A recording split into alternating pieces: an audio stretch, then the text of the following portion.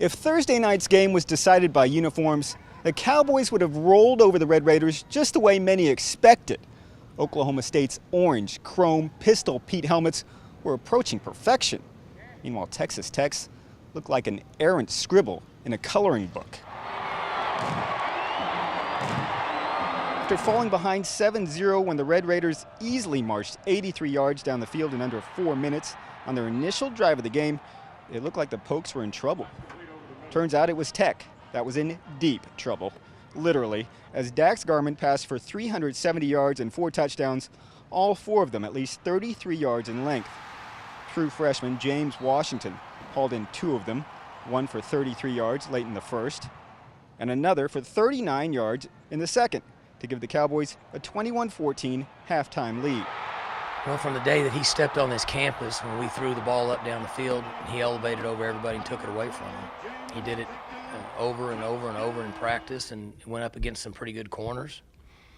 And in most cases, if you do it in practice all the time, you have a pretty good chance of doing it in the game. Not always, but most of the time. And he has an uncanny ability to leap and take a ball at the highest point, and he's very, very competitive. No matter what the position is, if you're a guy that'll compete on every play, you got a chance. Tight end Blake Jarwin from Tuttle pulled in a pretty pass, and once rolling, the 6'5", 240-pound sophomore was hard to stop. He scored from 47 yards out in the third, and Tyreek Hill finally found pay dirt as Garman seemed to outthrow absolutely everyone except the frenetically fast freshman for the 50-yard touchdown midway through the third quarter. I hold my breath when that ball's in the air the whole time. I'm just, saying a Hail Mary as that ball's in the air. But Tyreek has an uncanny knack to step on the gas pedal and chase it down, and I think number 12 knows that, so he leaves it out there for him. That kid has lightning speed, like speed that I've never seen before, and he does it in practice, and it shows up in the game. The kid just went to go got it. It wasn't easy, as Cliff Kingsbury's crew threw the ball 60 times for 394 yards.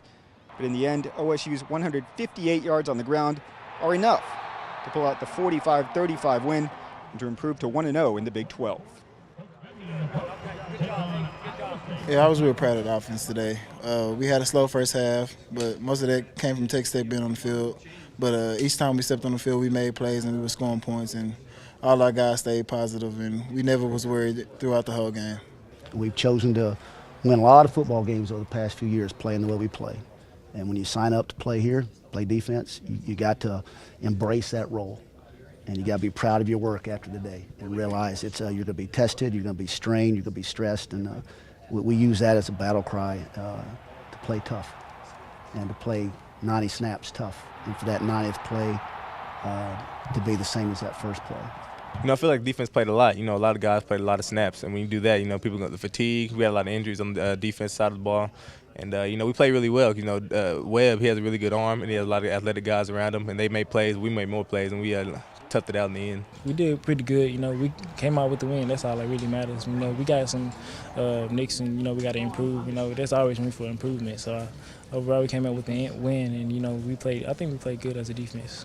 So Oklahoma State hasn't lost here at home to Texas Tech since 2001.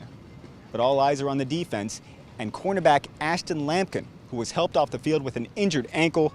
That's because you can't go around giving up 506 total yards to teams with better defenses than Texas Tech, which is quite a few teams in the Big 12. Next up, it's Iowa State, Saturday, October 4th at 11 a.m. here in Stillwater. Reporting from Boone Pickens Stadium, Damon Fontenot, News OK Sports.